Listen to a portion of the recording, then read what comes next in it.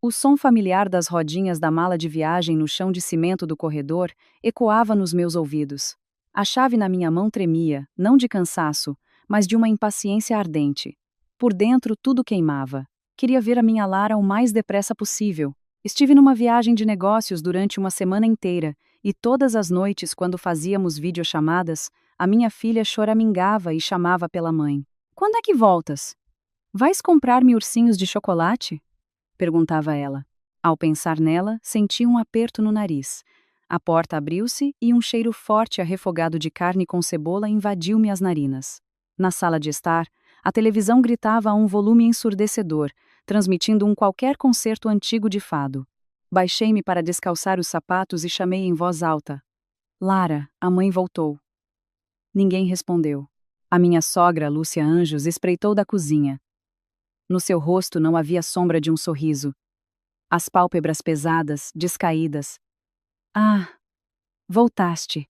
A minha cunhada Kátia estava esparramada no sofá, de olhos postos no telemóvel, e nem se dignou a levantar a cabeça. Onde está a Lara? Endireitei-me, percorrendo o apartamento com o olhar. Na varanda. Está de castigo, no canto. Lúcia limpou as mãos ao avental. A sua voz era firme e sem vida. De castigo. O meu coração apertou-se. A Lara tem apenas 3 anos. Sim, às vezes é traquina, mas larguei as malas e caminhei rapidamente para a varanda, empurrando a porta de vidro. Uma pequena figura estava de pé, de frente para a rua, de costas para mim. Vestia um pijama fino, mas o mais assustador. O que me saltou à vista foi a sua cabeça. Os seus cabelos macios e escuros, que sempre tivera, estavam agora rapados, rentes à pele. Na luz fraca do entardecer, a sua cabeça tinha um brilho pálido, cinzento azulado. Senti um zumbido nos ouvidos, como se alguém me tivesse atingido com uma marreta. Corri para ela, agachei-me e virei a minha filha para mim. Lara! A criança levantou a cabeça. O seu rostinho estava pálido como um lençol, e os olhos, vermelhos e inchados de tanto chorar. Ao ver-me, os seus lábios torceram-se, e lágrimas grandes como ervilhas rolaram pelas suas bochechas, mas ela apenas cerrou os lábios com força, sem se atrever a chorar em voz alta. Todo o seu corpo tremia nos meus braços. Quem fez isto? Quem te rapou o cabelo? A minha voz tremia. Passei a mão pela sua cabeça áspera, e o meu coração partia-se de dor, como se o estivessem a cortar com uma faca. Fui eu. A voz ríspida de Lúcia soou atrás de mim. Peguei na Lara ao colo e virei-me. A minha sogra estava de pé, com as mãos nas ancas e uma expressão dura. A Kátia também tinha pousado o telemóvel e sentara-se, observando a cena com um interesse óbvio. O meu sogro, Arthur Anjos, não sei quando saíra do quarto, sentou-se carrancudo à mesa de jantar e acendeu um cigarro. Nuvens de fumo escondiam a sua expressão. Por quê? Por que razão? Ela só tem 3 anos. Com que direito lhe raparam o cabelo? Comecei a tremer de raiva. Com que direito? A voz de Lúcia tornou-se ainda mais aguda. O seu dedo quase tocou na cabeça rapada da Lara, com o direito de quem sabe que ela tem as mãos leves. Desde pequena que não aprende o que é bom, mas para roubar está sempre pronta. A minha pulseira de ouro que a minha mãe me deu no casamento desapareceu. Procurei em todo o lado, não está. Se não foi ela que atirou, quem foi? A pulseira de ouro. Fiquei paralisada. Eu sabia que ela tinha uma pulseira de ouro, uma prenda da sua mãe, que guardava como a menina dos seus olhos. Estava guardada numa caixa de madeira envernizada, trancada no seu quarto, e a chave andava sempre com ela, não deixando ninguém sequer tocar-lhe. Isso é impossível, declarei firmemente. A Lara não atiraria. Ela mal entra no vosso quarto. Ai, cunhadinha, como queiras. Arrastou a Kátia, cruzando as pernas. A sua voz era gélida. Ninguém conhece verdadeiramente ninguém. A tua filha parece uma santinha, mas quem sabe o que lhe vai na cabeça? A pulseira da mãe. Por acaso, é muito cara. As crianças, o que é que elas percebem? Viu-a a brilhar e pegou nela para brincar. Cala-te. Olhei fixamente para a Kátia. Ela contraiu os lábios, mas não conseguiu esconder o olhar triunfante. Lúcia, como se tivesse recebido apoio, tornou-se ainda mais agressiva. Se não foi ela, então quem foi? Nesta casa, ela é a única pessoa de fora. Só sabe comer do meu, beber do meu, E ainda por cima nasceu uma rapariga inútil. E agora tornou-se uma ladra. É igualzinha à mãe dela, uma pobretanas, a mesma escumalha que não tem lugar numa mesa decente. Cada palavra venenosa cravava-se em mim como uma agulha. Apertei a Lara com mais força contra mim. A minha filha escondeu o rosto assustado no meu pescoço. As suas mãozinhas agarraram-se à gola da minha camisa. Repita o que disse. Sibilei, olhando para Lúcia. E se eu repetir, o quê? Sua ladra exigual, vieste para a nossa casa de mãos a abanar, não trouxeste nada de bom, deste à luz uma mentirosa com mãos de agarrar. A saliva da minha sogra salpicou-me o rosto. Kátia apressou-se a lançar mais achas para a fogueira. Exato, mãe, não te enerves. Acho que é simplesmente alguém que não sabe educar a filha. A fruta não cai longe da árvore. O sangue subiu-me à cabeça. Estendi a mão, apontando primeiro para a Kátia, depois para a Lúcia. Vocês estão a difamar. Tem provas? Se não tem provas, então é calúnia. A Lara é minha filha, e não vou permitir que a insultem dessa forma. Provas. As minhas palavras são as provas. E não és tu quem vai levantar a voz nesta casa. Lúcia deu um passo na minha direção. Instintivamente, recuei, protegendo a minha filha. Nesse momento, Arthur, que até então tinha estado em silêncio, bateu com o punho na mesa com força. O estrondo ecoou pelo apartamento. Ele levantou-se. O seu rosto estava negro como o fundo de um caldeirão. Com alguns passos, ficou à minha frente. O cheiro a tabaco e a comida gordurosa atingiu-me as narinas. O que é que estás para aí a gritar? Não respeitas os mais velhos? Os seus olhos turvos cravaram-se em mim. A tua sogra disse-te umas verdades. E então? A neta fez asneira. A avó não tem o direito de a educar? Rapou-lhe o cabelo. Que grande coisa! Agradece por não lhe ter dado uma tareia. Isso não é educação. É maus tratos e calúnia. Levantei a cabeça, olhando-o teimosamente nos olhos. A Lara, nos meus braços, tremeu ainda mais. O seu medo silencioso, transmitido através da roupa, foi como água gelada derramada sobre a minha raiva. Mas isso só tornou o fogo dentro de mim mais frio e duro. Arthur, aparentemente, ficou furioso com o meu olhar desafiador.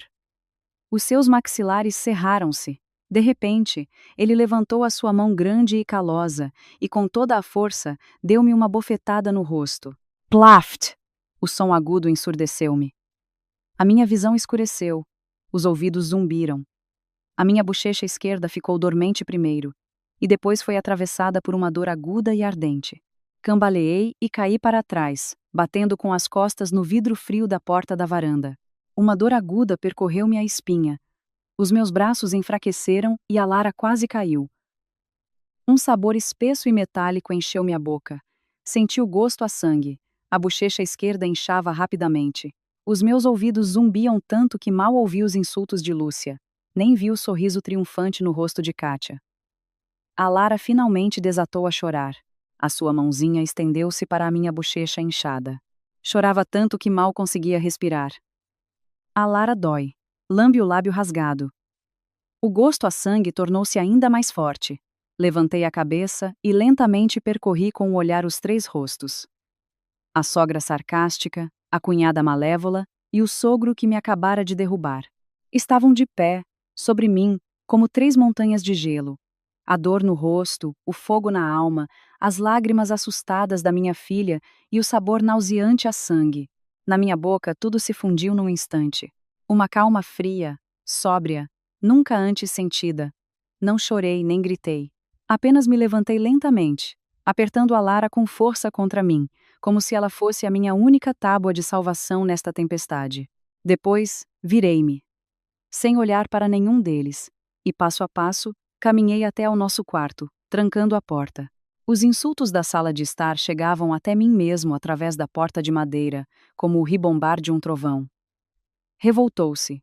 E ainda por cima tranca-se, gritava Lúcia. Então morre aí, já que és tão corajosa. Mãe, não te chateis, arrastou Kátia venenosamente.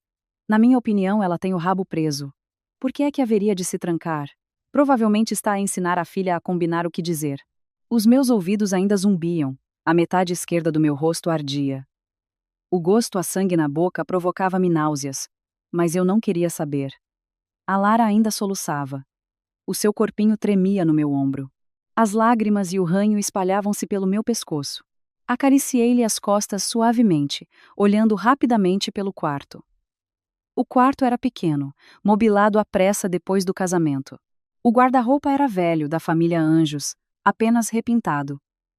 O toucador, comprei-o no OLX. Sobre ele estava uma fotografia nossa, minha e da Lara. Na foto, a minha filha ainda tinha cabelo, apanhado em 2 rabos de cavalo. Ria-se a bandeiras despregadas. O coração voltou a ser trespassado por uma dor aguda. Não posso chorar. Agora não é a altura. Abri a gaveta debaixo do guarda-roupa e de debaixo de uma pilha de roupa velha, tirei uma pequena caixa de metal. Lá dentro estavam as nossas certidões de nascimento, o meu cartão de cidadão, a certidão de casamento e um cartão multibanco. Tinha 50.000 euros, que eu tinha vindo a poupar durante vários anos, pondo de lado uma parte de cada salário. Era a minha última barreira, a minha almofada de segurança, da qual nem o Tiago sabia.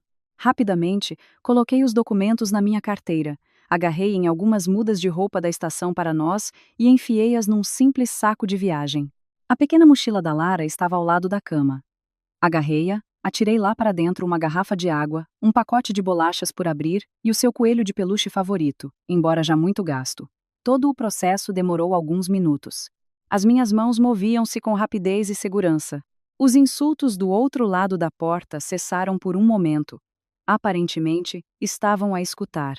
Depois, Lúcia começou a bater na porta com força. Beatriz, sai daí agora. Explica-te como deve ser. Onde escondeste a pulseira? Se não saíres, chama a polícia. Levam-te. Acreditas? Não.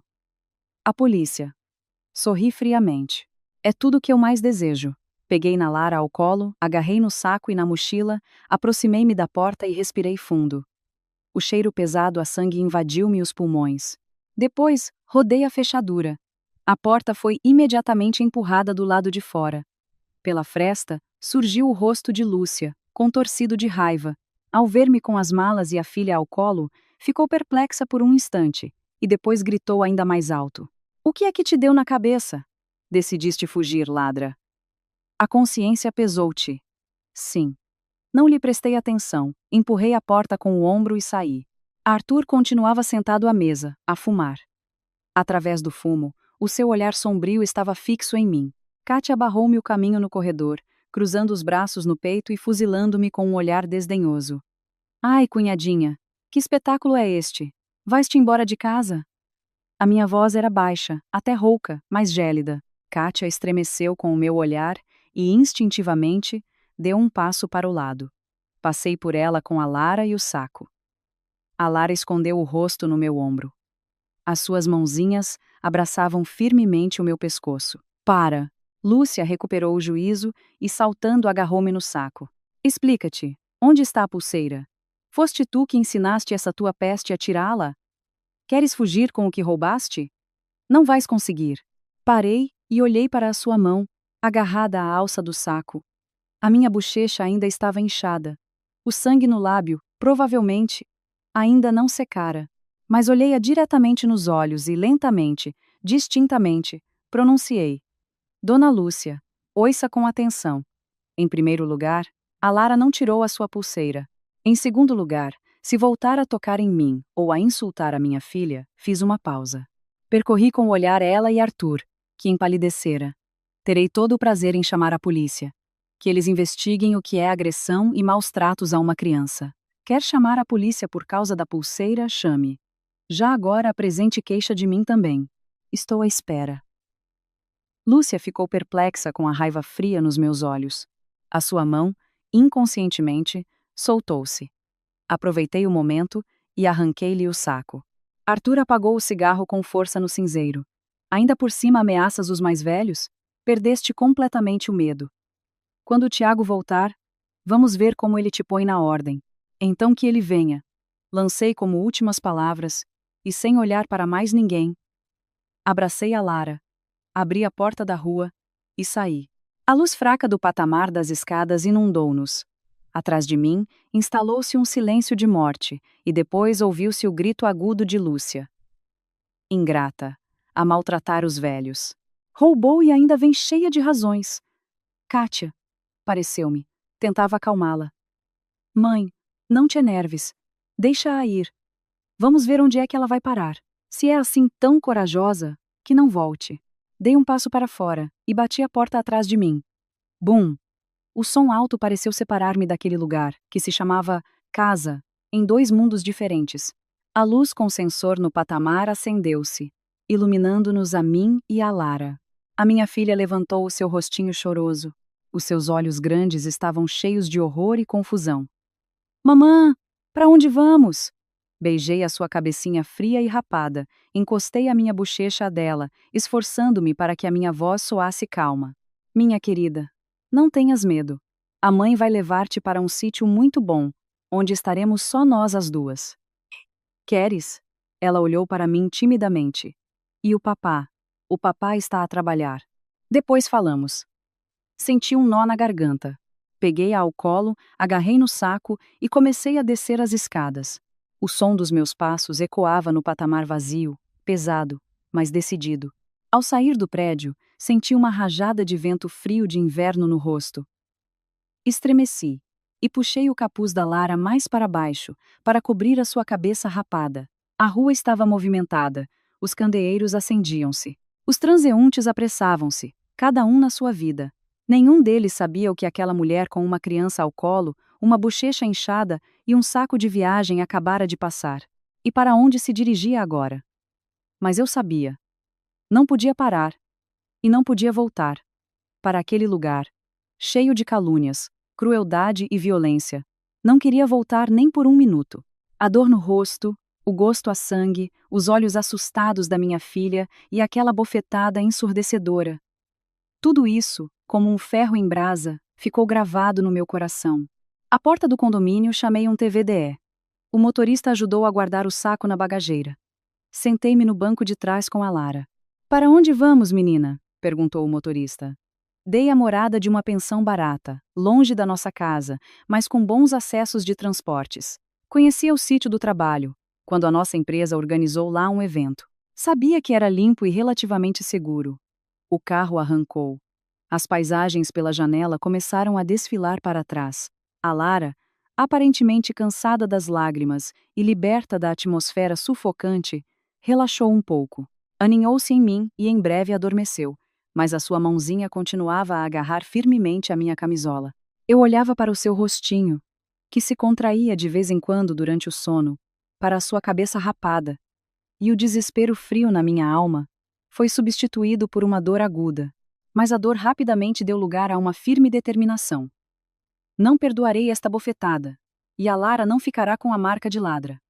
O telemóvel no meu bolso vibrou. Era o Tiago. O nome dele brilhava no ecrã. Fiquei a olhar para ele até o ecrã se apagar. Não atendi. Imediatamente chegou uma mensagem. Beatriz, a mãe ligou-me. Disse que pegaste na Lara e saíste, que fizeste um escândalo. O que aconteceu? É verdade que a Lara tirou a pulseira? A mãe está com os nervos em franja. Volta depressa com a nossa filha. Pede desculpa, somos uma família. Não se pode resolver tudo a bem? Olhei para a mensagem.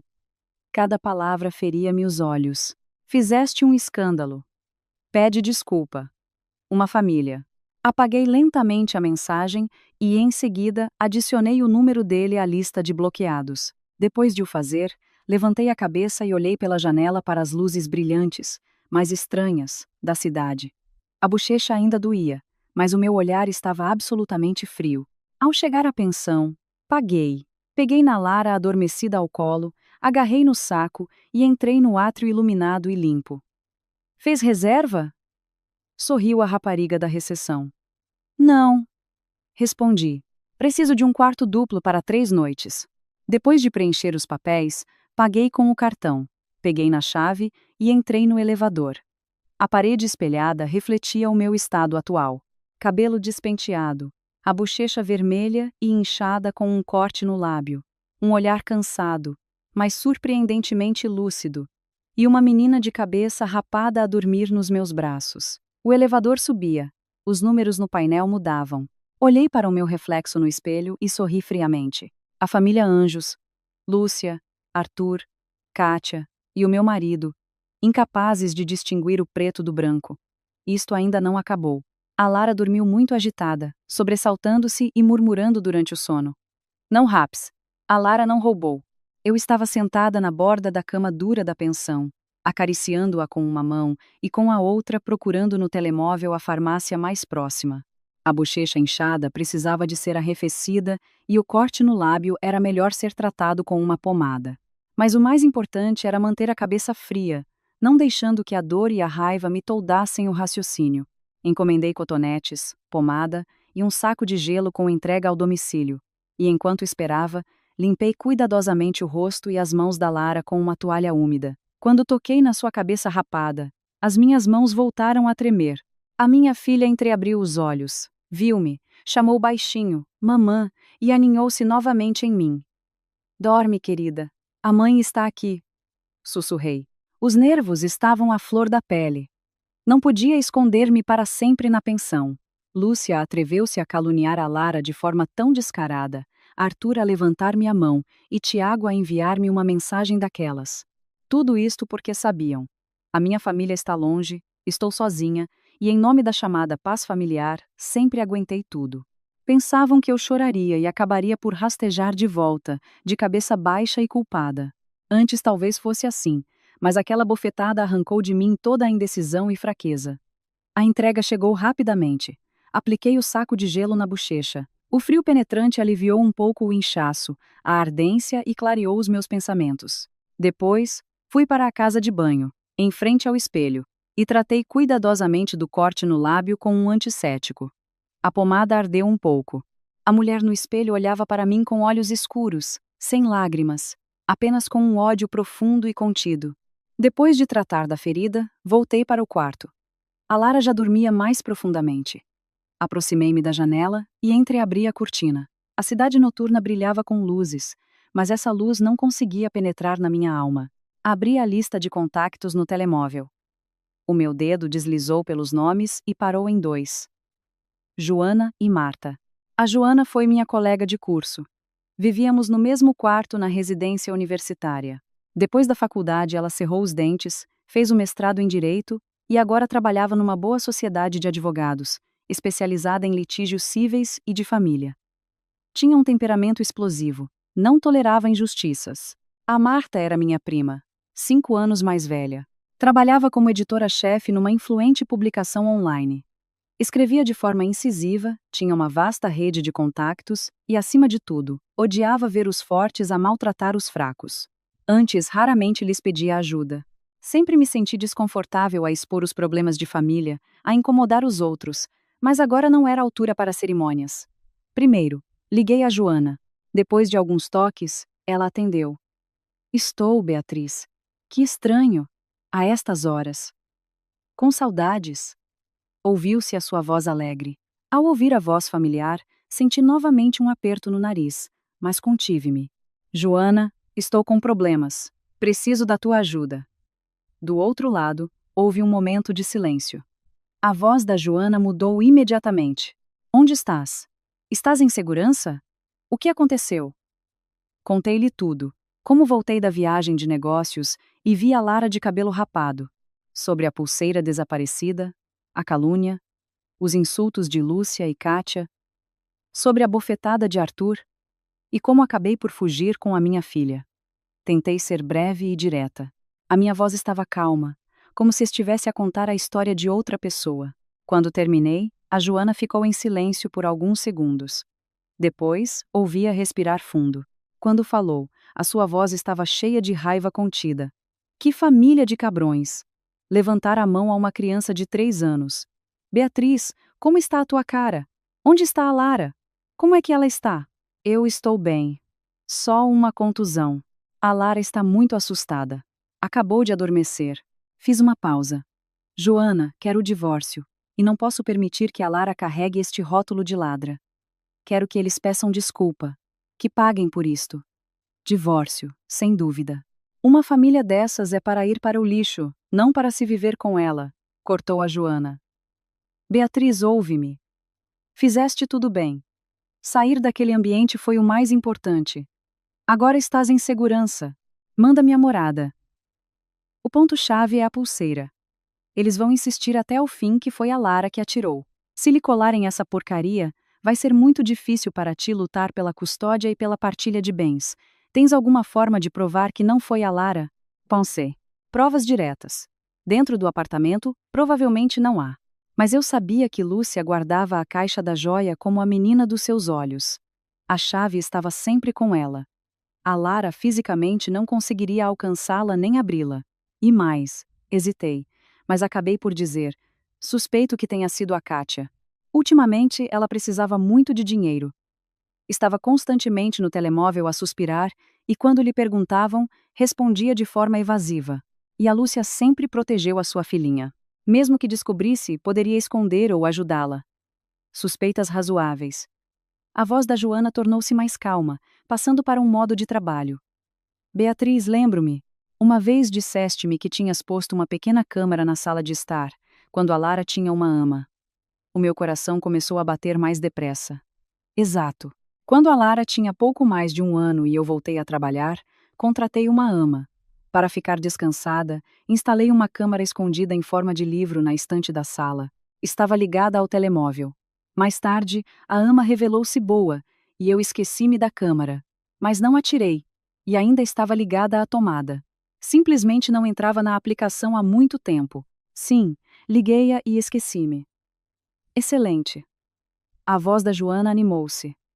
Entra já na aplicação. Verifica as gravações dos últimos dias, especialmente no momento em que a pulseira desapareceu. Se houver imagens da Kátia ou de outra pessoa a mexer na caixa, são provas irrefutáveis. Além disso, no átrio e no elevador também deve haver câmaras. Com isso posso ajudar. Será preciso ou uma queixa na polícia, ou um requerimento de advogado. Por agora, procura o vídeo do apartamento, guarda-o e manda-mo. E lembra-te, nem uma palavra a ninguém da família Anjos. Não os assustes. Ok, vou fazer isso agora. E mais uma coisa, acrescentou a Joana.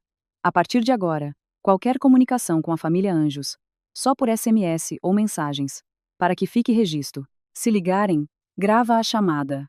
A contusão no rosto, vai às urgências. Pede um relatório médico. A cabeça rapada da Lara. Se tiveres fotos de antes para comparar, ou se conseguires filmá-la a ter pesadelos, a mostrar-se assustada, tudo isso também são provas. Reúne tudo o que prove a crueldade, a calúnia e a violência deles. A Joana dava instruções claras e profissionais. Foi como uma injeção de adrenalina. Joana, obrigada. Para com isso. Que cerimônias são essas entre nós? A sua voz suavizou-se. Beatriz, há muito que devias ter te tornado mais dura. Pela Lara e por ti. Não tenhas medo. Estou contigo. Trata do vídeo, que eu preparo uma notificação extrajudicial. Assim que tivermos as provas, vamos diretos à polícia e a tribunal, por difamação, agressão e maus-tratos. E ao mesmo tempo, o pedido de divórcio. Que se afoguem. Depois de desligar, senti-me muito mais confiante. Abri imediatamente a aplicação da câmara, quase esquecida. As minhas mãos tremiam um pouco de excitação. Iniciei a sessão. O dispositivo estava online. Recuei a gravação 5 dias. No dia da minha partida para a viagem de negócios, pus em avanço rápido o apartamento familiar e, ao mesmo tempo, estranho, no ecrã. Vi-me a sair com a mala, a Lara a chorar e a estender os braços para mim, e a Lúcia a afastá-la bruscamente. Nos dias seguintes, eram principalmente a Lúcia e a Kátia a ver televisão e a conversar na sala. A Lara brincava sozinha ou fazia pequenos recados para a avó. Traz os chinelos e coisas do gênero. Parecia muito reprimida. O Arthur aparecia raramente, sempre carrancudo.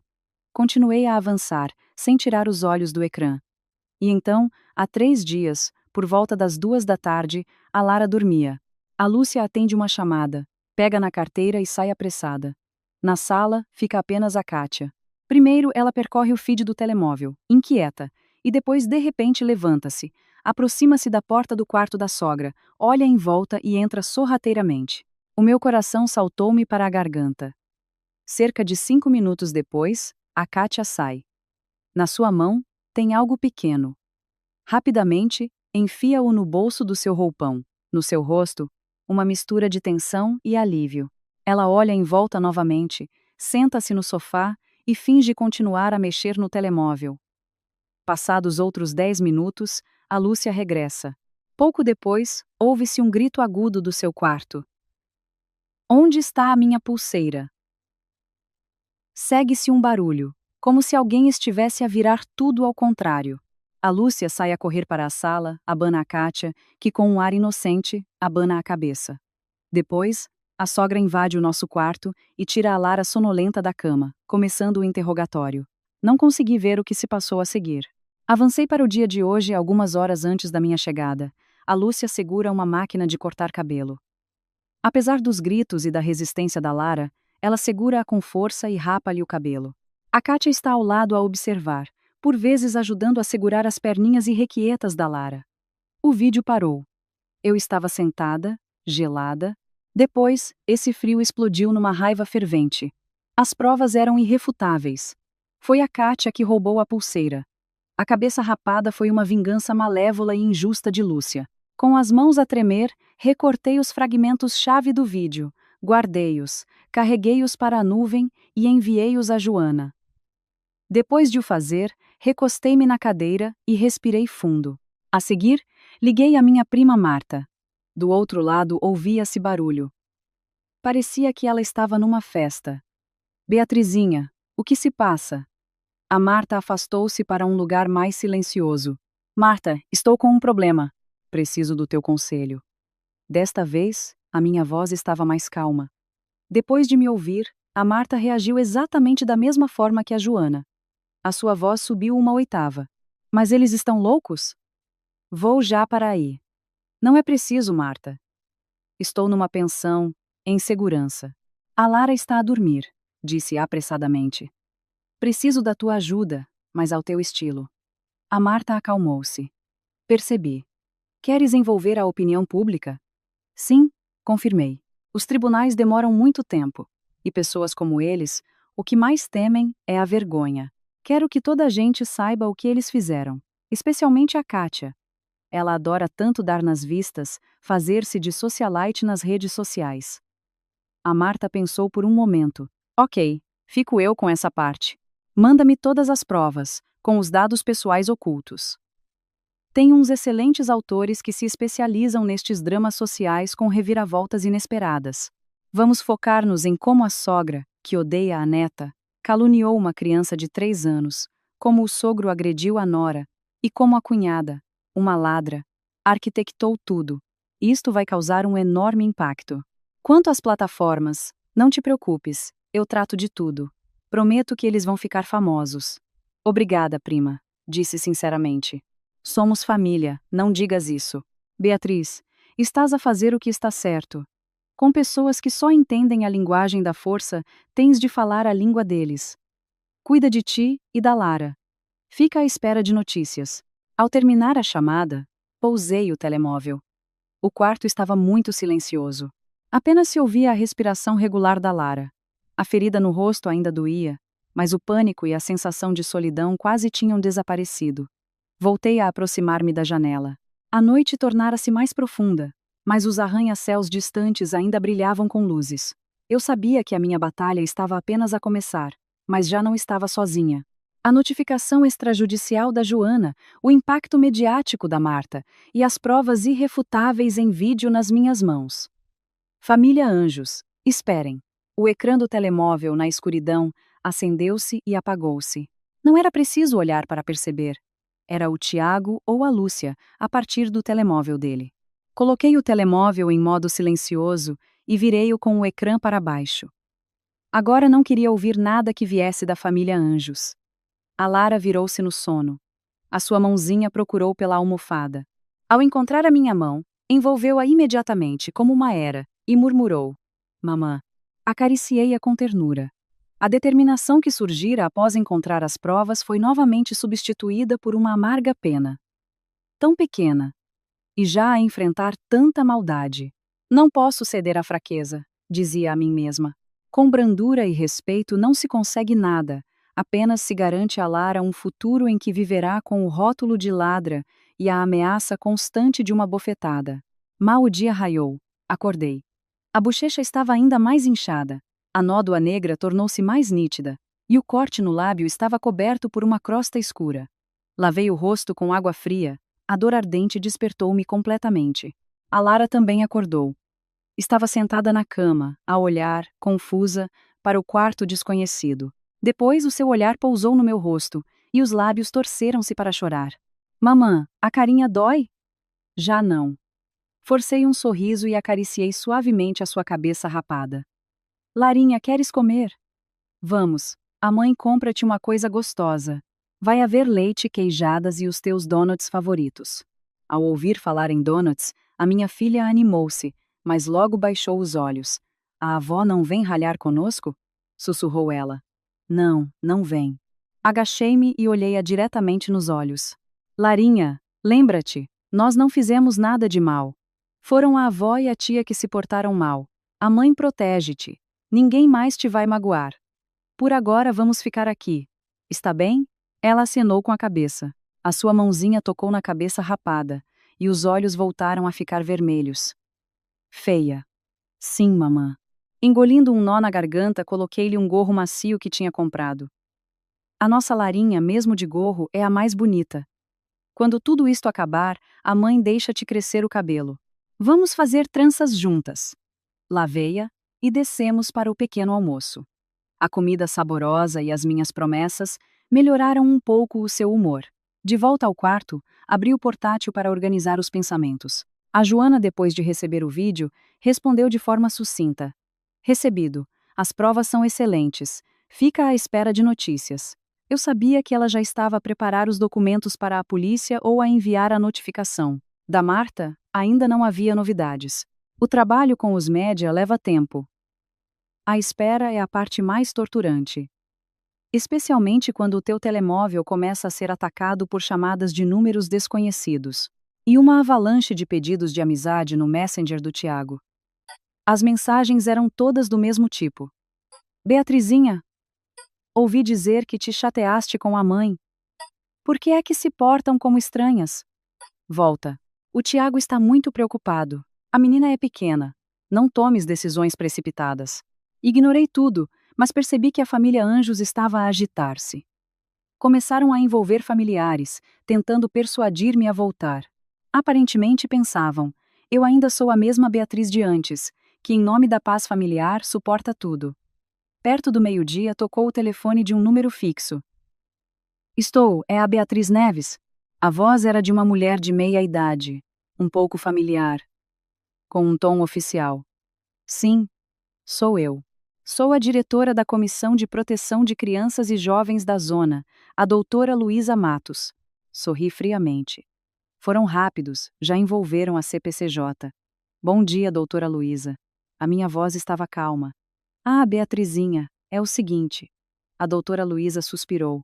O seu tom era conciliador. A sua sogra, a dona Lúcia, e o seu marido, o Tiago, vieram ter conosco esta manhã, a queixar-se de um conflito familiar. Dizem que saiu de casa com a criança e que ainda levou consigo objetos de valor. Enfim, um escândalo. Família dos outros, ninguém sabe o que se passa, claro. Mas nós aqui na zona tentamos que tudo seja pacífico. Se calhar podia voltar com a sua filha e sentávamos-nos todos a conversar com calma. Vocês são uma família. Não há problemas que não se possam resolver. A sua sogra admitiu que se excedeu quando rapou o cabelo à neta. Mas ela também estava nervosa por causa da pulseira. É uma recordação. Doutora Luísa, interrompia. Está a par de todas as circunstâncias? Sabe que eles não só raparam o cabelo da minha filha de 3 anos sem qualquer fundamento, como também a caluniaram, chamando-lhe ladra, miúda inútil e escumalha? Sabe que o Arthur, o meu sogro, me agrediu quando tentei proteger a minha filha e me derrubou? Do outro lado, houve um silêncio de alguns segundos. A voz da doutora Luísa tornou-se embaraçada. Bem, sobre isso, o Tiago e a mãe dele não entraram em pormenores. Mas, Beatrizinha, as pessoas mais velhas, às vezes exaltam-se. Dizem coisas no calor do momento. Agressão física, claro, não está certo, mas como mais novos, devemos. Doutora Luísa, interrompia novamente. A minha voz tornou-se firme. Isto não é exaltação nem palavras no calor do momento. Isto é, maus tratos a uma criança, difamação e violência doméstica. Já estou a reunir provas para resolver este assunto na esfera legal. Se a CPCJ quer ajudar na reconciliação, então, por favor, que eles apresentem um pedido de desculpas por escrito, por insultarem a minha filha e por me agredirem, bem como garantias de que tal nunca se repetirá. Além disso, a pulseira não foi tirada pela minha filha, e eu tenho provas de quem o fez. Enquanto o verdadeiro ladrão não confessar e devolver o que foi roubado, não vejo qualquer sentido em sentar-me à mesa de negociações. A doutora Luísa ficou perplexa com a minha assertividade, murmurou algo sobre precisar de verificar tudo e desligou. Pousei o telemóvel. Sabia que esta era apenas a primeira onda de pressão. E de facto, à tarde, o Tiago ligou de um número novo. Desta vez, na sua voz não havia qualquer traço de paz. Apenas raiva contida e impaciência. Beatriz? Já chega de brincadeiras. A mãe adoeceu por tua causa. O que é que tu queres? Foi só um mal-entendido. Tens mesmo de destruir a família? A Lara é tão pequena e tu andas a arrastá-la por pensões. Achas isso normal? Volta imediatamente. Mal-entendido. A minha voz ao telefone estava tão calma que até eu me surpreendi. Tiago. Raparam o cabelo da tua filha e chamaram-lhe ladra. A tua mulher foi agredida pelo teu pai. E tu chamas a isso um mal-entendido?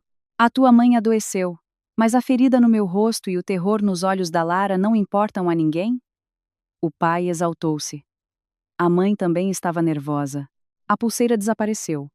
Em casa, a Lara é a única criança. Suspeitaram. E então?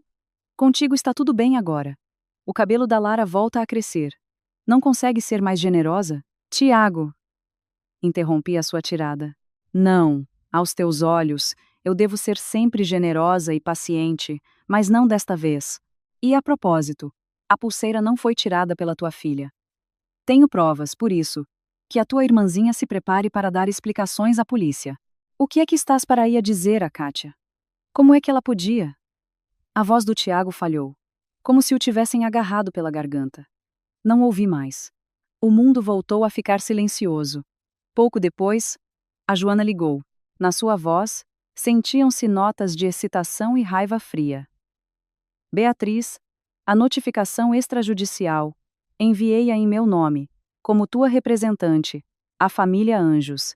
Contém uma primeira exigência a Arthur e Lúcia, para que apresentem um pedido de desculpas por escrito pela violência e pelo tratamento para contigo e pelos insultos e maus tratos a Lara, bem como para que te compensem pelas despesas médicas e danos morais. Uma segunda exigência a Kátia para que peça desculpa publicamente a Lara pelo roubo e pela calúnia, e que devolva a pulseira ou o seu valor. Uma terceira notificação a informá-los de que tens provas, incluindo uma gravação de vídeo. Em caso de incumprimento, seguiremos imediatamente para a polícia, com uma ação por ofensa à honra e ao bom nome, e o pedido de divórcio. Além disso, acrescentou a Joana, sabendo que eles poderiam fingir não ter recebido nada, enviei os pontos principais da notificação por SMS para os telemóveis do Tiago e dos pais dele. Acho que a coisa por lá agora está animada. Mal a Joana terminou, o meu telemóvel explodiu com notificações. Desta vez, não eram chamadas, mas mensagens no Messenger. Abri. Era o Tiago, a escrever da conta da mãe. Uma série de mensagens de áudio. Pus a primeira a tocar. Os insultos estridentes e chorosos de Lúcia. Beatriz. Sua ingrata. Atreveste-te a contratar uma advogada para nos processar. E ainda por cima calunias a Kátia. Que pessoa tão reles. Que vídeo é esse? É falso. Tu forjaste tudo. Eu é que te vou processar por difamação. A seguir. A voz ofegante do Tiago. Beatriz, apaga esse vídeo imediatamente. Como é que pode ser tão cruel? A Kátia é tua cunhada. Tens mesmo de a arrastar pela lama? Volta. Vamos conversar. Depois, a voz da Kátia, esganiçada e assustada. Cunhadinha, cunhadinha, percebeste tudo mal. Eu não tirei a pulseira. A sério. O vídeo. O ângulo não é bom. Não faças disparates, somos família. Não respondi. Apenas ouvi em silêncio como a sua raiva inicial se transformava em pânico e desculpas. E, finalmente, uma mensagem de texto que transparecia o desejo de ceder, de Lúcia. Beatrizinha, eu estive mal. Não devia ter cortado o cabelo a Lara. Foi num impulso. Volta. Não vamos lavar a roupa suja em público, para as pessoas não se rirem. O pai do Tiago também está arrependido. Arrependido. Toquei na minha bochecha, que ainda doía. Não. Eles não estão arrependidos do que nos fizeram. Tem medo. Medo da notificação extrajudicial. Do vídeo. Da exposição pública. Enquanto ponderava, a minha prima Marta ligou. A sua voz era rápida e profissional. Beatrizinha, enviei-te para o e-mail uma minuta do artigo. Vê se precisas de corrigir ou tirar alguma coisa. Título de trabalho. Menina de 3 anos transformada em ladra. Avó? Rapa-lhe o cabelo. Avô agride a nora. Câmara de vigilância revela a verdade chocante. Já combinei com várias plataformas de grande alcance. Hoje, às 8 da noite, o material sai. Acho que o teu sogro e a tua sogra vão passar um mau bocado. Abri o e-mail e li rapidamente o artigo. A Marta era uma verdadeira profissional. O texto era incisivo. Os factos apresentados de forma clara. A lógica, irrefutável. A ênfase estava na impotência e inocência da Lara, na crueldade e despotismo da família do marido, na reviravolta chocante com o roubo e a calúnia da cunhada, e na decisão corajosa da mãe de proteger a sua filha. Os meus dados pessoais e os da Lara estavam ocultos, mas para qualquer conhecido, seria óbvio de quem se tratava. Está ótimo, não é preciso mudar nada, respondi. Ótimo. Então hoje às 8 começa o espetáculo. A Marta riu-se. Cuida de ti e fica atenta. Depois de desligar, aproximei-me da janela. O sol punha-se, pintando a cidade com tons de carmesim e dourado. Peguei na Lara, que brincava com umas peças de construção, e beijei a sua cabecinha de gorro. A tempestade aproximava-se. Mas, desta vez, eu e a Lara não éramos folhas a tremer ao vento. A noite caiu. A cidade iluminou-se. No quarto, apenas a luz de presença estava acesa, criando uma penumbra suave. A Lara comeu um pouco, viu desenhos animados e, cansada dos últimos dias, adormeceu cedo. Eu estava sentada na beira da cama. A luz do ecrã do telemóvel iluminava o meu rosto. Atualizava constantemente os feeds de notícias e os grupos populares da cidade.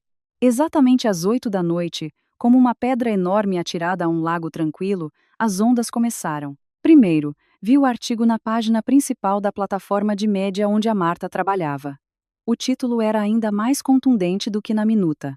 A ladra de 3 anos. A avó rapou o cabelo à neta. Avô agrediu a nora. A reviravolta chocante, gravada em vídeo. Sob o título, havia ilustrações. Embora o meu rosto e o da Lara estivessem cuidadosamente desfocados, o perfil malévolo de Lúcia, a silhueta desfocada de Arthur a levantar o braço e uma captura de ecrã da câmara onde a Kátia saía sorrateiramente do quarto causavam uma forte impressão.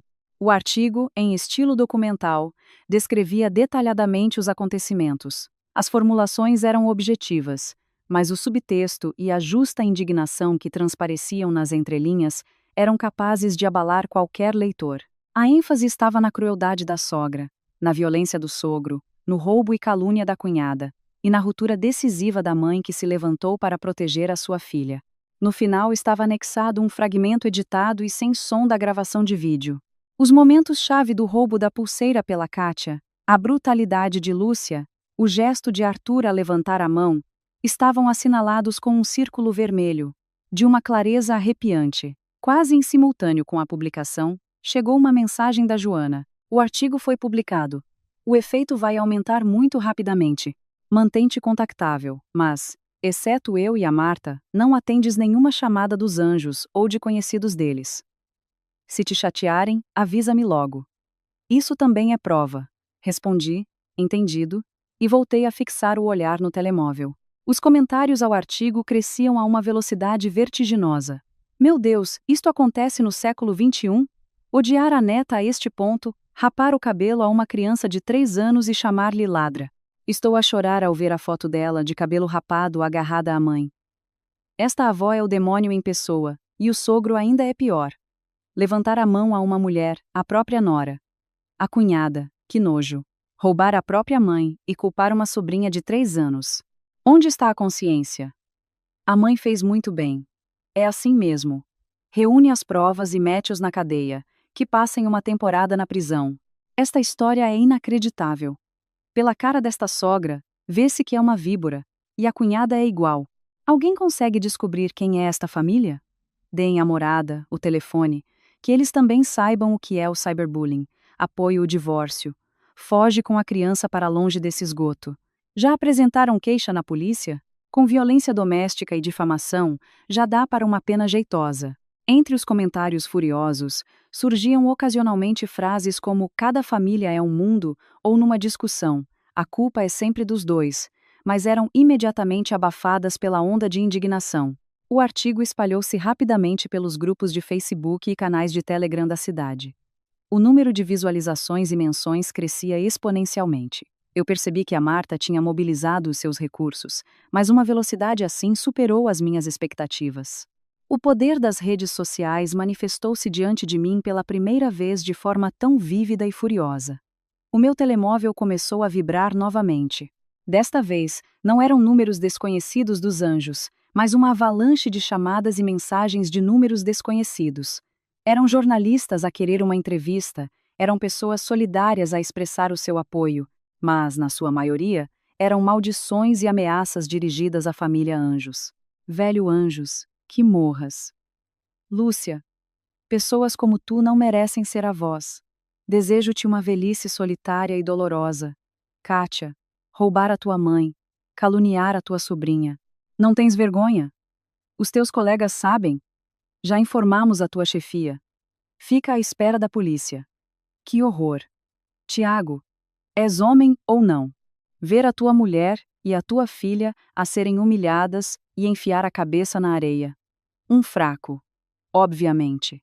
A omnipotente internet, através de detalhes desfocados e da morada, já tinha identificado o prédio exato dos Anjos, o local de trabalho do Tiago e a empresa onde a Kátia trabalhava, e até o centro comunitário onde a Lúcia ia às aulas de dança.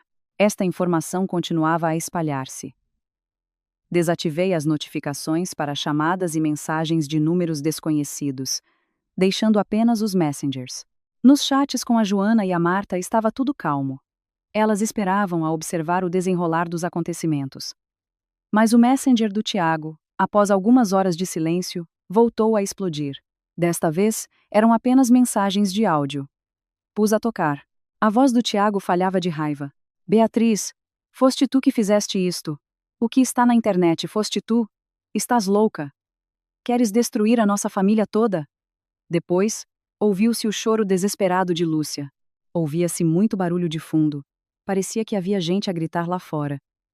Beatriz, sua assassina sem coração. Por que é que nos fizeste isto? Como é que agora vamos olhar para os nossos vizinhos? Apaga já isso tudo da internet. Apaga. Queres levar-nos para a cova? A respiração pesada e o rosnar contido de Arthur, revoltada. Que vergonha para mim. Beatriz, volta, eu. A voz da Kátia estava cheia de lágrimas e de um medo evidente. Cunhadinha, cunhadinha. Eu sou culpada. Fui eu que tirei a pulseira. Eu roubei. Vendi-a para pagar uma dívida de um crédito rápido. Diz-lhes na internet para pararem de me atacar, para não virem ao meu trabalho. Peço-te, por favor, vão despedir-me. Cunhadinha, perdoa-me. Na última mensagem, a Kátia já só soluçava, completamente destroçada. Ouvi tudo com uma expressão de pedra. Na minha alma, não se moveu uma única emoção. Deviam ter pensado nisso antes. Não respondi a nenhuma mensagem. Apenas reencaminhei a mensagem de áudio onde a Kátia confessava o roubo para a Joana e para a Marta. A Joana respondeu: recebido. A cadeia de provas está a ficar cada vez mais sólida. A Marta enviou um emoji sorridente. A tempestade na internet continuava. Alguém encontrou os perfis da Kátia nas redes sociais, tirou todas as suas fotos onde ela se gabava de malas, viagens, fingindo ser uma intelectual, e agora gozavam com ela, sugerindo que ela vivia à grande com o dinheiro da pulseira vendida da mãe. Alguém ligava para o trabalho do Tiago, a fazer perguntas sobre a sua integridade moral e situação familiar. E outros simplesmente se juntaram à porta de casa deles. Diziam que alguém até atirou ovos à porta deles e colou cópias do artigo. Tarde da noite, depois das 11, o meu telemóvel tocou novamente, desta vez um número fixo da nossa região. Hesitei, mas atendi. Era a voz do Tiago. mas nela não havia qualquer vestígio da agressividade anterior. Estava rouca, cansada. Sentiam-se até notas de súplica. Podes pedir a essas pessoas na internet para pararem? Os meus pais não aguentam. A Kátia desmaiou uma vez. Há uma multidão à porta, alguém está a bater. Chamamos a polícia. Eles vêm, dispersam-nos, mas uma hora depois aparecem outros. Beatriz, peço-te, imploro-te. Eu fiquei em silêncio. O Tiago esperou alguns segundos. A sua voz tornou-se ainda mais baixa, abafada. Eu sei, eu sei. A Kátia esteve mal. Os meus pais exageraram. Eu levo-os. Eles pedem-te desculpa. A ti e a Lara. Só tens de tirar esse artigo, por favor. Nós combinamos tudo. Volta para casa com a Lara. Nós resolvemos tudo. Eu prometo. Tiago, comecei a falar. A minha voz, no quarto silencioso da pensão, soou particularmente clara e fria. Com o que é que vais prometer? Com a mão do teu pai. Com que ele me bateu. Com as palavras da tua mãe. Com que ela insultou a Lara. Ou com a fraqueza momentânea da Kátia, que roubou e caluniou. Do outro lado, ouvia-se apenas uma respiração pesada. O artigo não fui eu que publiquei. E não tenho como o retirar, continuei. Quanto à internet, pelos nossos atos, temos de responder. Se os teus pais não te ensinaram esta verdade simples, então agora a sociedade vai ensinar-vos. Beatriz, não exageres. O Tiago pareceu explodir novamente, mas logo se acalmou. Temos mesmo de chegar a este ponto? A Lara é pequena. Precisa de uma família completa. Família completa? Quase me ri. A bochecha contraída respondeu com dor. Uma avó que lhe chama ladra e escumalha. Um avô que bate na mãe dela. Uma tia que rouba e a calunia. E um pai que acha sempre que a mulher está a fazer um escândalo e não é suficientemente generosa. Tiago, diz-me. A Lara precisa de uma família completa assim? O Tiago calou-se. A notificação extrajudicial. Vocês receberam-na. As minhas exigências estão lá bem claras. Querem negociar. Podem vir. Quando toda a vossa família, especialmente os teus pais e a tua irmã, perceberem o que fizeram e estiverem dispostos a pagar pelos seus atos. Então que o vosso advogado entre em contato com a minha. Fiz uma pausa. E mais. Não me incomodem a mim nem a Lara. Mais uma chamada, uma mensagem ou uma tentativa de nos encontrar. E considerarei isso perseguição. E entregarei as provas à polícia e a tribunal. É tudo. Dito isto, sem esperar por resposta, desliguei e bloqueei o número. Pousei o telemóvel, aproximei-me da janela e abri as cortinas. A cidade continuava a brilhar com luzes. Eu sabia que esta noite, para cada membro da família Anjos, seria uma noite de insônia. Raiva, medo, humilhação, arrependimento. Todos estes sentimentos os roeriam como vermes. E nós, eu e a Lara, neste quarto de pensão silencioso, mas seguro, podíamos finalmente respirar de alívio. A tempestade tinha se levantado, mas desta vez estávamos no seu epicentro, onde reinava uma estranha calma. O sabor da vingança não foi um prazer fugaz, mas sim um processo semelhante a cortar lentamente a carne com uma faca cega. Vês o teu adversário a desmoronar-se gradualmente, enquanto tu seguras calmamente o cabo. E isto era apenas o começo. Na manhã seguinte, acordei com uma chamada da Joana. A sua voz estava rouca depois de uma noite mal dormida. Mas animada. Beatriz, viste as notícias? O vosso condomínio apareceu no telejornal da manhã. As caras estavam desfocadas. Mas quem está por dentro percebe. A Porta dos Anjos. Ontem à noite, alguém a pintou de vermelho e escreveu: Família de ladrões e sádicos. A senhora da limpeza passou a manhã toda a limpar. Para a empresa onde a Kátia trabalhava, o telefone não para de tocar. Dizem que ela hoje nem apareceu para trabalhar. Com o Tiago no trabalho dele, a chefia também teve uma conversa. Não disseram nada diretamente, mas deram a entender que ele devia resolver os seus problemas familiares e não manchar a imagem da instituição. Ouvi isto sem grandes emoções, apenas perguntei: e a polícia? Hoje de manhã vou à esquadra. Levo o vídeo, o teu relatório médico e a gravação onde a Kátia confessa o roubo. Este caso pode ser tratado tanto como um conflito familiar, como uma ofensa à integridade física dolosa e difamação. Veremos a reação deles. E mais, já esbocei a proposta de acordo de divórcio. Regulação das responsabilidades parentais, partilha de bens, indemnizações. Não vamos deixar escapar nada. Veremos como eles se comportam hoje e ajustamos os detalhes. Joana, obrigada. Fazes tanto por mim, murmurei. Para com isso. Vamos ver como eles te vão implorar por clemência. Riu-se a Joana e desligou. A Lara também acordou. Esfregou os olhos, sentou-se e, a primeira coisa que fez, foi tocar na sua cabeça rapada, torcendo os lábios. Apressei-me a pôr-lhe um gorro novo com longas orelhas de coelho. Ao ver-se ao espelho, ela finalmente sorriu. Mal nos tínhamos lavado e estávamos a preparar-nos para pedir o pequeno almoço, quando o telefone tocou novamente. Desta vez, um número fixo completamente desconhecido. Hesitei, atendi. Mas fiquei em silêncio. Do outro lado, ouviu-se a voz de Arthur. Seca, dura, sem um pingo da raiva de ontem. Como se numa noite tivesse envelhecido 10 anos. Beatriz. É o pai. Eu fiquei em silêncio. Ele esperou alguns segundos e, sem ouvir resposta, foi forçado a continuar. O seu tom era humilhado, como nunca. Ontem estive mal. Não devia ter te levantado a mão. Desculpa. A tua sogra. Ela também percebeu que errou. Não devia ter feito aquilo a Lara. E aquela peste, a Kátia. Eu bati-lhe. A pulseira. Ela vendeu-a, pagou as dívidas. O dinheiro, nós juntamos, devolvemos-te. Se calhar, podemos simplesmente esquecer isto. Somos família. Somos dos nossos. O que está na internet dá para tirar de alguma forma. Não conseguimos sair de casa. Jornalistas, curiosos, uns marginais quaisquer. A tensão da tua sogra subiu. Ouvi em silêncio. Quando ele terminou, pronunciei lentamente. Em primeiro lugar, não sou sua filha. Não se chame meu pai. Em segundo lugar, um pedido de desculpas deve ser feito pessoalmente e de forma sincera, e não com 2 palavras ao telefone.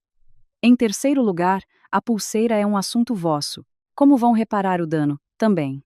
Em quarto lugar, o que está na internet, eu não controlo. Quando fizeram o que fizeram, deviam ter pensado nas consequências. Arthur pareceu querer explodir, mas conteve-se, respirando pesadamente. Então o que é que tu queres? Meter-nos na cova, a mim e a velha, arruinar a tua cunhada. A minha cunhada? Sorri. A Kátia, quando roubava e caluniava a minha filha de 3 anos, considerava-se minha cunhada? Quando vocês chamavam a Lara ladra e escumalha, consideravam-na vossa neta. Senhor Arthur, eu não vos estou a arruinar, estou apenas a exigir justiça para minha filha e para mim. Justiça? Justiça, murmurou ele. Na sua voz, ouvia-se desespero. Nós pedimos desculpa. Nós devolvemos o dinheiro. Isso não chega. Diz o que temos de fazer. Hoje, às 2 da tarde, no escritório da advogada Joana. Vocês, a dona Lúcia, a Kátia e o Tiago, têm de estar todos lá. Dictei a morada. Venham com um arrependimento sincero. Não vamos esperar por atrasados. E mais. Não se atrevam a fazer truques ou a tentar perseguir-me a mim ou a Lara, senão, da próxima vez, falarão com a polícia. Sem esperar por resposta, desliguei e bloqueei o número. A Lara levantou o seu rostinho para mim. Mamã, quem era? Ninguém importante. Beijei-a na testa. Larinha, hoje à tarde a mãe tem de sair para tratar de uns assuntos. A tia Joana brinca contigo na sala das crianças, lá embaixo. Está bem? A Joana já me tinha dito que durante as negociações, a sua assistente poderia tomar conta da Lara. A Lara acenou com a cabeça e perguntou. Vais bater nas pessoas más? Olhei para os seus olhos claros e acenei. Sim, vou bater nas pessoas más, para que nunca mais se atrevam a magoar-nos. Às 13h50, entrei no edifício de escritórios onde ficava o consultório da Joana. Ela já me esperava no átrio, num fato de saia e casaco impecável, com uma maquilhagem perfeita e um olhar penetrante. Acenou-me com a cabeça. Vamos. Já lá estão, na sala de reuniões. Tem um aspecto, enfim, de meter dó. Estendeu-me uma pasta. Esta é a proposta de acordo de divórcio. Sublinhei os pontos-chave. E esta é a lista das suas possíveis infrações, incluindo um cálculo preliminar da indemnização. Toma. Não precisas de ler. É mais para pressão psicológica. Peguei na pasta grossa, como se fosse um escudo. O elevador subia, os números mudavam. O meu coração batia de forma regular e forte. Ao abrir a porta da sala de reuniões, vi que os 4 se viraram para mim em simultâneo. O Tiago estava sentado mais perto da porta. Por barbear, com os olhos encovados, ao ver-me, mexeu os lábios, mas não disse nada. Arthur e Lúcia estavam sentados no centro, ambos parecendo vegetais maltratados. Os olhos de Lúcia estavam inchados. Ela fungava constantemente, evitando o meu olhar. A Kátia encolhia-se no canto mais distante, despenteada, pálida. O seu olhar estava fixo na mesa. Tremia por todo o lado. A Joana entrou atrás de mim. A sua aura era esmagadora. Dirigiu-se ao lugar de destaque na mesa, e com um baque seco pousou a sua pasta. Estamos todos. Sou a advogada da Beatriz Neves, Joana Macedo. Reunimos-nos hoje aqui para negociar sobre os factos de difamação, insultos e maus-tratos contra a Beatriz Neves e a sua filha Lara, bem como sobre a agressão a Beatriz Neves, e consequentemente discutir as opções de resolução e indemnização. A sua voz era calma, mas cada palavra, como um pequeno martelo, batia nos nervos dos que estavam sentados à sua frente. Lúcia quis começar a chorar, mas Arthur deu-lhe uma cotovelada e ela conteve-se. A Joana indicou-me com um gesto para me sentar. Depois abriu seu bloco de notas e foi direta ao assunto. Primeiro, peço a Kátia Anjos que apresente um pedido de desculpas oficial a Beatriz Neves e a sua sobrinha Lara, pelo roubo da pulseira de ouro da dona Lúcia e pela subsequente difamação a uma criança de 3 anos. Chamo a vossa atenção para o facto de que temos uma gravação áudio da vossa confissão, bem como uma gravação de vídeo como prova. A Kátia estremeceu e levantou a cabeça. O seu rosto ficou ainda mais pálido. As lágrimas jorraram. Ela olhou para o Tiago, depois para os pais, mas encontrou apenas olhares evasivos e uma pressão silenciosa. A tremer, levantou-se. Fez-me uma vénia e sussurrou. Cunhada, desculpa. Fui eu que roubei a pulseira. Eu caluniei a Lara. A culpa é minha. Imploro-te. Perdoa-me. Mais alto e mais claro, atirou friamente a Joana. Por que é que roubou? Por quanto a vendeu? Por que é que caluniou a Lara? A Kátia cambaleou. A soluçar. Eu tinha uma dívida de um crédito rápido. Não tinha como pagar. Tirei a pulseira, vendi-a por 3.500 euros. Tive medo que a minha mãe descobrisse. Por isso, disse que tinha sido a Lara. A culpa é minha. A sério, a culpa é minha. Cunhada. Perdoa-me. Na internet, toda a gente me amaldiçoa. Vão despedir-me do trabalho. Eu não vou aguentar isto. Você não vai aguentar? Finalmente falei. A minha voz era baixa, mas na sala de reuniões silenciosa, soou distintamente. Quando estava a caluniar uma criança de 3 anos, pensou em como ela iria viver com isso, quando a sua mãe lhe chamava ladra e escumalha, como a mãe dela, uma pobretana. Pensou se ela aguentaria isso? A Kátia ficou paralisada. Apenas cobriu o rosto com as mãos e chorou.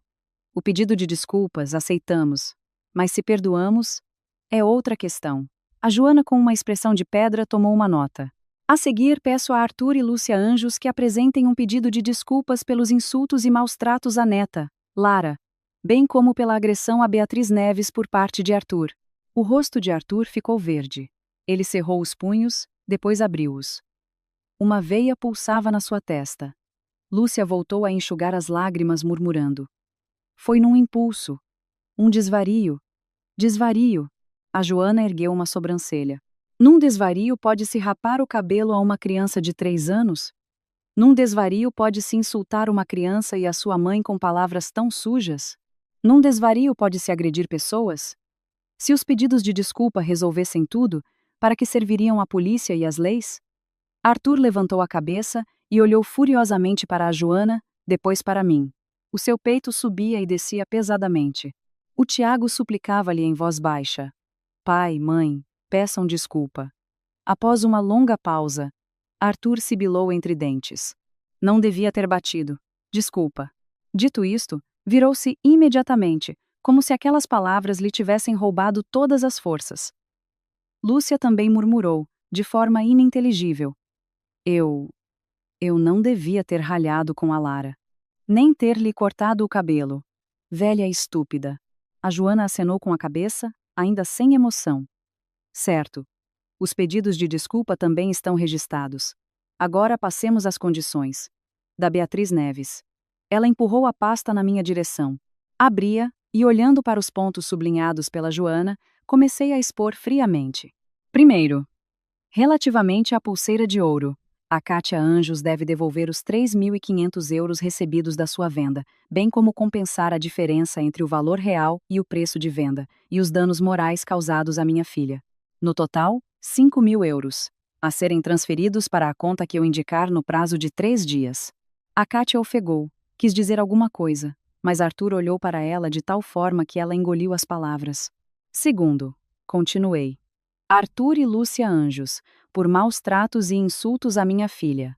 Lara, bem como pela minha agressão, devem apresentar um pedido de desculpas por escrito, com o compromisso de nunca mais repetirem tal comportamento. A carta de desculpas deve ser afixada no quadro de avisos do vosso condomínio durante uma semana. Além disso, devem reembolsar-me das despesas médicas, lucros cessantes e danos morais, bem como pagar o acompanhamento psicológico para a minha filha. No total, 10.000 euros. A pagar no prazo de uma semana. 10.000, gritou Lúcia. Tu és uma ladra. A Joana sorriu friamente. Dona Lúcia, quer que eu lhe calcule o montante que um tribunal pode atribuir se a Beatriz apresentar queixa, e com que consequências, incluindo detenção administrativa, pode vir a enfrentar?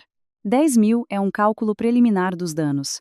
E esta já é a nossa proposta de acordo amigável. Lúcia pareceu ser agarrada pela garganta. Ficou vermelha. Terceiro. O meu olhar deslocou-se para o Tiago, que durante todo este tempo esteve sentado de cabeça baixa, e depois para os seus pais. Peço divórcio.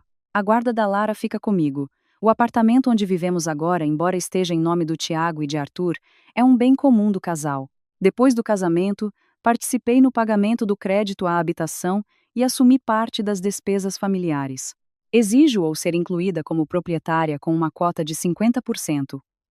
Ou, com base numa avaliação de mercado, que a família Anjos me pague uma compensação monetária correspondente. O resto dos bens comuns será dividido de acordo com a lei. Impossível. Arthur levantou-se de um salto batendo na mesa. Tremia de raiva. Esse apartamento é o nosso pé de meia. Nem sonhes. Divórcio. Então divórcio. Pega na tua miúda e desaparece. Mas do apartamento não vês um cêntimo. Na sala de reuniões, instalou-se um silêncio de morte. Olhei para o rosto de Arthur, contorcido de raiva, para o olhar cheio de ódio de Lúcia, para o Tiago a sofrer e para a Kátia encolhida, a quem, ao que parecia, tudo era indiferente. Depois, lentamente, tirei da minha mala o meu telemóvel antigo, pus a tal gravação de vídeo a tocar e virei o ecrã para eles. Nele, a Kátia a esgueirar-se, a Lúcia rude, o Arthur a levantar a mão e o rosto assustado da Lara. Sem som, mas era mais assustador do que qualquer grito. Joana, virei-me para ela. A minha voz era baixa, mas todos a ouviram, visto que a outra parte não tem vontade de negociar. Então não há nada a falar. Chame a polícia. Ofensa à integridade física dolosa, maus tratos a crianças, difamação, roubo. Que abram processos. Apresentamos queixa. E mais, informe os meus amigos dos média que estão a acompanhar a situação, que podem publicar o próximo artigo. Agressores não se arrependem. Vítima procurará justiça em tribunal. Dito isto, levantei-me, peguei na pasta e fiz menção de sair. Espera! Gritou de repente o Tiago. A sua voz estava rouca, o rosto pálido. Ele olhou para o seu pai enfurecido, para sua mãe a chorar, para o meu rosto de pedra. Finalmente olhou para a Joana e depois para o pequeno ecrã do telemóvel na minha mão, como se fosse uma bomba relógio. Ele amoleceu, como se lhe tivessem tirado a espinha dorsal. Nós concordamos. A sua voz era rouca e desesperada. Pai, mãe, concordem, senão estamos todos acabados. Arthur quis protestar.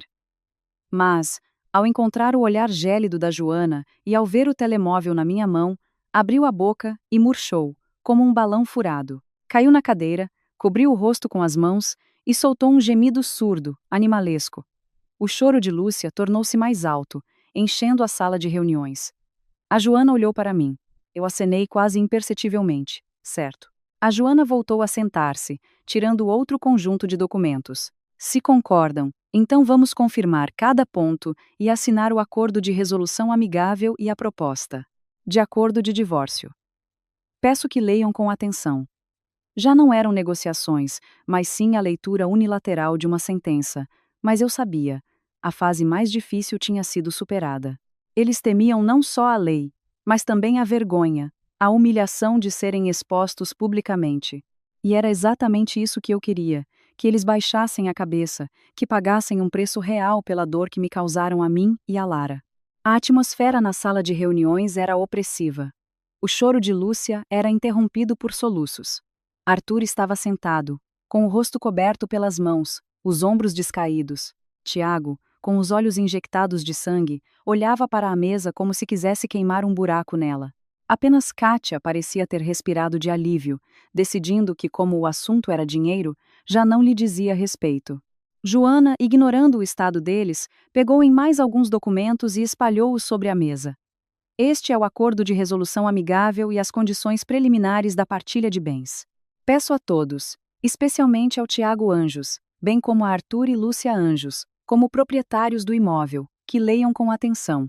Ela empurrou os documentos para o meio da mesa. Tiago, com a mão a tremer, pegou num exemplar. Arthur também espreitou por entre os dedos. Lúcia, analfabeta, apenas chorava e puxava a manga de Tiago para que ele lesse. Joana começou a ler os pontos. A sua voz era calma, mas cada palavra era como um prego a ser cravado. Ponto 1. Sobre a indenização. Kátia Anjos, 5.000 euros no prazo de 3 dias. Arthur e Lúcia Anjos, 10.000 euros no prazo de 1 semana. Transferência para a conta indicada pela Beatriz Neves. Este é um pagamento único, após o qual as partes não terão mais reclamações a fazer uma à outra sobre este incidente. Eu não tenho 5.000 euros de uma vez, sussurrou Kátia. Joana nem pestanejou. Isso são problemas seus. 3.500 euros da venda da pulseira. Os restantes 1.500 pode pedir emprestados. Se em 3 dias faltar um cêntimo que seja, a Beatriz Neves apresentará queixa na polícia por roubo e difamação. E então temo que não se safará com 5.000 euros. Kátia empalideceu e calou-se. Ponto 2. Pedidos de desculpas por escrito e públicos. A carta de desculpas deve ser assinada por 3 pessoas: Arthur, Lúcia e Kátia. Nela, deve ser claramente reconhecida a culpa e apresentadas sinceras desculpas a Beatriz Neves e a Lara. O original é entregue a Beatriz Neves. 3 cópias são afixadas nos 3 principais quadros de avisos do vosso condomínio. Durante 7 dias. Em caso de dano ou desaparecimento, substituir imediatamente. Não, isso é impossível, protestou Lúcia de repente. No seu rosto ainda havia lágrimas, mas nos seus olhos, terror e protesto. Se afixarmos isso, como vamos viver depois? O que é que os vizinhos vão dizer? Não, de maneira nenhuma. Se afixarem, perderão temporariamente a face. A voz de Joana era calma, mas inflexível. Mas se não afixarem e a polícia vos bater à porta, chegarem citações para o tribunal, aparecerem jornalistas, não perderão apenas a face. Difamação, maus-tratos, roubo, agressão, qualquer um destes pontos é suficiente para consequências graves. Querem perder um pouco da vossa reputação agora, ou ter um registro criminal mais tarde, que afetará tanto o trabalho do Tiago como o futuro da Kátia? Escolham. Mãe. Tiago levantou os olhos vermelhos. Não vale a pena. Afixamos. É melhor afixar do que ir para a prisão. A sua voz quebrou num soluço. Era a derrota total. Arthur ainda estava sentado, com o rosto coberto, mas pelos seus ombros a tremer, via-se como lutava consigo mesmo. Finalmente, baixou as mãos. O seu rosto envelhecido e cinzento estava virado para mim. Nos seus olhos turvos misturavam-se relutância, ódio e uma espécie de resignação. Ele não disse nada, apenas acenou com a cabeça muito lentamente e pesadamente. Lúcia olhou para o marido, para o filho, para a caneta nas mãos da advogada, como se esta decidisse o seu destino. Finalmente ela cedeu, e sem mais discussões começou a chorar baixinho. Joana, com uma expressão de pedra, registrou o consentimento deles e passou para o ponto seguinte. Ponto 3. Sobre o imóvel. De acordo com a lei e o historial de pagamentos do crédito à habitação durante o casamento, a Beatriz Neves tem direito a uma quota-parte correspondente. Propomos duas opções. Primeira, incluem a Beatriz Neves como proprietária com uma cota de 50%. Segunda, com base numa avaliação de mercado, pagam de uma só vez a Beatriz Neves 50% do valor do apartamento. Tem 3 dias para pensar. Se escolherem a segunda opção, o pagamento deve ser feito no prazo de 15 dias. 50%. Arthur levantou-se como se tivesse sido escaldado, mas, ao encontrar o olhar frio de Joana, baixou o tom para um rosnado animalesco. Este apartamento, poupamos a vida toda para ele. É para o Tiago. Ela só está casada há alguns anos. Por que razão tem direito à metade? Por ter dado à luz uma miúda inútil. Estas palavras eram nojentas, mas eu já não sentia nada. Apenas o olhava calmamente, como se fosse um palhaço a fazer caretas. Joana ajustou os óculos. Senhor Arthur. Por lei, a parte do crédito à habitação paga durante o casamento e a valorização do imóvel nesse período são bens comuns do casal. A Beatriz Neves trabalhava, tinha um rendimento estável, assumia as despesas familiares e participava no pagamento do crédito. Temos extratos bancários e expressões ofensivas como miúda inútil, aconselho-o a guardá-las. Caso contrário, podemos exigir uma indemnização adicional por danos morais. Além disso, se o caso chegar a tribunal, não será dividido apenas o apartamento, mas também todos os outros bens, depósitos, carro, e dada a culpa evidente do Tiago, a Beatriz terá vantagem tanto na partilha como na questão da guarda. Temo que então não se safarão apenas com o apartamento. As palavras de Joana, como um bisturi, abriram as últimas ilusões da família Anjos. Tiago agarrou na cabeça. Arthur respirava pesadamente, mas não tinha nada a objetar. O choro de Lúcia transformou-se em soluços abafados e desesperados. Tem 3 dias para pensar, repetiu Joana, num tom que não admitia contestação. Se em 3 dias não houver uma resposta clara, consideraremos que recusaram a resolução amigável e apresentaremos queixa em tribunal e na polícia imediatamente. Ela empurrou os documentos. E agora, peço que assinem a ata de intenções, confirmando o vosso acordo com os 2 primeiros pontos sobre a indemnização e os pedidos de desculpa. Tiago foi o primeiro a pegar na caneta. A sua mão tremia muito. Ele rabiscou o papel várias vezes antes de conseguir escrever o seu nome de forma torta. Quando mergulhou o dedo na tinta vermelha para a impressão digital, todo ele se contorceu. Arthur olhou longamente para o documento, depois estendeu a sua mão calosa, com que me bateu, e pegou na caneta. Apertava-a com tanta força que os nós dos dedos ficaram brancos. Assinou com dificuldade, como se pusesse nisso todas as suas forças. Ao deixar a impressão digital, fechou os olhos com força. Lúcia foi quase forçada a assinar por Tiago. O seu dedo na tinta vermelha deixou um rasto borrado. Kátia assinou mais depressa que todos, como se isso a pudesse livrar da dívida e da perseguição. Joana verificou cuidadosamente todas as assinaturas e impressões digitais. Certo, a ata está assinada. Peço que cumpram os prazos acordados. Ela olhou para mim. Beatriz, tem algo a acrescentar? Encontrei 4 pares de olhos com expressões diferentes e lentamente, mas com firmeza, disse: enquanto os pedidos de desculpa públicos não forem feitos, as indenizações não forem pagas e a questão da habitação não for resolvida, eu e a Lara não voltaremos para casa. A guarda da Lara fica comigo. Isto não se discute. Tiago, podes ver a tua filha, mas apenas com o meu consentimento prévio e não na presença de Arthur, Lúcia ou Kátia. Não quero que a minha filha tenha contato com quem lhe pode fazer mal. Tiago levantou a cabeça. Quis dizer alguma coisa, mas apenas acenou cansadamente. E mais, acrescentei, olhando para a Kátia, os 5.000 euros são pelos danos morais causados à minha filha. Se em 3 dias o dinheiro não entrar, não só vou à polícia, como também entrego a gravação da sua confissão e as provas dos seus microcréditos à sua empresa. Pense por si. O rosto de Kátia ficou branco como papel. Se não há mais perguntas, por hoje é tudo. Joana fechou o bloco de notas. Lembrem-se, 3 dias, 7 dias, 15 dias. Vamos esperar. Levantei-me a seguir a Joana, peguei na minha mala e, sem olhar uma única vez para trás para aquela família, saí da sala de reuniões. No corredor, havia luz. Joana deu-me uma palmada no ombro. Excelente trabalho. Acenei com a cabeça. Na minha alma não havia a alegria da vitória. Apenas uma calma pesada, quase entorpecente. Ao sair do edifício de escritórios, respirei o ar fresco. A bochecha ainda doía, mas já não me causava medo. O telemóvel vibrou. Era a Marta. As negociações terminaram? Todos estes novos pormenores. O ex-namorado da Kátia apareceu a contar como ela sempre foi vaidosa e quanto dinheiro pedia emprestado. A chefia do Tiago, dizem, também encontrou o artigo completo. Houve uma conversa séria. Aguenta-te. Não cedas a pena. Respondi. Ok. Pena. No momento em que me bateram, quando raparam o cabelo da minha filha e lhe chamaram ladra, o meu coração tornou-se pedra. De volta à pensão, vi a Lara a brincar com a assistente da Joana. Ao ver-me, correu para mim. Mã! Mã! Agachei-me e abracei com força o seu corpinho quente. Mamã, expulsaste as pessoas más? Sussurrou ela. Sim, beijei-a. Expulsei. Agora a mamã vai proteger a Larinha, e ninguém mais nos vai magoar.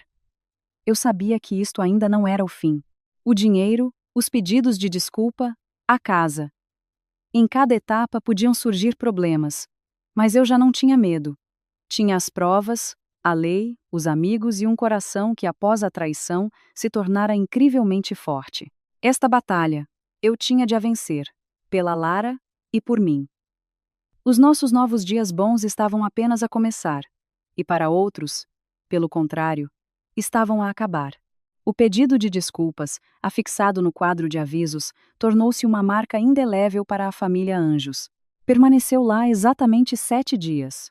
Durante esse tempo, levei a Lara a parques, centros de diversões, bibliotecas. Fomos 2 vezes ao psicólogo que a Joana recomendou. A Lara, gradualmente, deixou de usar o gorro constantemente. Quando se falava da avó ou da tia, ela já não tremia de medo. Mas franzia o nariz e dizia: Mas, a Joana mantinha-me a par de tudo diariamente. Alguém publicou uma fotografia da carta de desculpas no chat dos moradores, gerando uma nova onda de discussões. A família Anjos tornou-se uma celebridade local. Lúcia e Arthur deixaram de frequentar os seus locais habituais. A Kátia foi de facto despedida do trabalho por comportamento imoral, que prejudicava a reputação da empresa. A venda do apartamento decorreu mais depressa do que eu esperava. Os Anjos tinham pressa. O preço estava ligeiramente abaixo do mercado. A Joana controlou cada passo do negócio. No final, o apartamento foi vendido por 518 mil euros. Após deduzir o remanescente do crédito à habitação e os impostos, restavam pouco mais de 450 mil euros. De acordo com o acordo, eu receberia 225 mil euros. No dia da assinatura do contrato de compra e venda e do acordo de divórcio, o tempo estava nublado. Toda a família Anjos estava novamente reunida.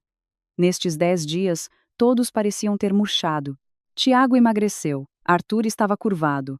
Lúcia parecia cinzenta e exausta. Kátia era apenas uma sombra. O procedimento foi longo.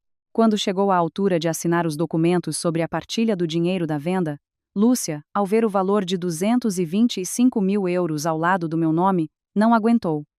A sua mão com a caneta tremeu. Lágrimas grossas caíram sobre o papel, borrando a tinta. Mãe, assina, disse Tiago, rouco. Ela, a soluçar, rabiscou o seu nome de qualquer maneira. Arthur assinou a ranger os dentes, com tanta força como se estivesse a esculpir uma inscrição numa pedra. Após a assinatura, Tiago transferiu-me a primeira parte do valor, 150 mil euros, que eles receberam como sinal. Os restantes 75 mil euros viriam após o registro completo da transação. Ao ver o SMS do banco, senti como se uma pedra enorme tivesse sido retirada da minha alma. Seguiu-se o acordo de divórcio. A guarda da Lara ficava comigo. Tiago pagaria uma pensão de alimentos. O direito a visitas era limitado por acordo prévio sem a presença dos seus familiares. Assinei com confiança. Tiago, antes de assinar, olhou para mim longamente, com súplica nos seus olhos avermelhados, mas Joana apressou-o friamente. Ele assinou. Arthur levantou-se de repente. A sua cadeira arrastou-se pelo chão com um guincho. Olhou para mim ferozmente. Mas no seu olhar, além da raiva, havia também medo. Ele abriu a boca, mas em vez de maldições, emitiu apenas um gemido surdo e cambaleando saiu da sala. Os outros seguiram-no. Parabéns, Beatriz, estás livre, disse Joana. Livre. Repeti a palavra. Na minha alma não havia júbilo, apenas uma calma enorme e vazia. 3 semanas depois, recebi os restantes 75 mil euros. Nesse mesmo dia, um estafeta entregou-me a certidão de divórcio. Tudo tinha acabado. Guardei todos esses documentos num pequeno cofre. Eram as minhas cicatrizes e a minha armadura. Decidi sair daquela cidade, não para a azáfama da capital, mas para uma cidade costeira tranquila no sul, conhecida pela sua boa ecologia e escolas. Através da internet, encontrei e aluguei rapidamente um apartamento de 2 quartos, num condomínio novo. No dia da partida, a Joana e a Marta vieram despedir-se de nós. Fizeste tudo certo e com muita dignidade, disse a Marta, abraçando-me. A Joana agachou-se ao pé da Lara. Vais ter saudades da tia Joana? A Lara acenou com confiança. Sim. Venham visitar-nos a mim e a mamã. Entramos no carro. A cidade, cheia dos meus pesadelos, ficou para trás. Na nova cidade, tudo era diferente. O ar cheirava a mar. Inscrevi a Lara num infantário alegre e acolhedor. Nos primeiros dias, ela estava tímida, mas rapidamente fez amigos. Eu encontrei um bom trabalho com um horário flexível. Com parte do dinheiro, dei a entrada para o meu próprio apartamento de 3 quartos num prédio em construção. Será entregue dentro de 1 ano. Mas isso não importa. Eu e a Lara tínhamos um futuro. O cabelo da Lara cresceu, e eu já conseguia fazer-lhe pequenos rabos de cavalo. Aos fins de semana, íamos à praia construir castelos de areia. Ela já não se lembrava do passado. As notícias sobre a família Anjos chegavam-me em fragmentos, através da Marta. A Kátia, cheia de dívidas, foi para outra região e desapareceu. Os velhos Anjos, com o que restou do dinheiro da venda do apartamento, alugaram um buraco degradado nos subúrbios. Arthur arranjou emprego como segurança. Lúcia quase não saía de casa. Tiago manteve o seu emprego, mas podia esquecer as promoções. Nunca mais se casou. Esta informação já não me provocava qualquer sentimento. O mundo deles desmoronou-se, e o nosso, meu e da Lara, estava a ser reconstruído. Um dia de outono, eu estava sentada no parque, a observar a minha filha com 2 rabos de cavalo engraçados, enfeitados com ganchos de morangos, a correr atrás de uma borboleta por entre as folhas douradas. O seu riso soava como um sininho. O telemóvel apitou.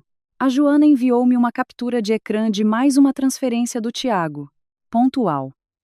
Parece que ganhou juízo, escreveu ela. Sorri e guardei o telemóvel. Mamã, olha, encontrei a folha mais bonita. A Lara correu para mim, estendendo-me uma folha de plátano vermelha e brilhante em forma de coração. Peguei-a ao colo. Muito bonita. Vamos levá-la para casa e secá-la num livro. Está bem? Sim. Ela aninhou-se em mim.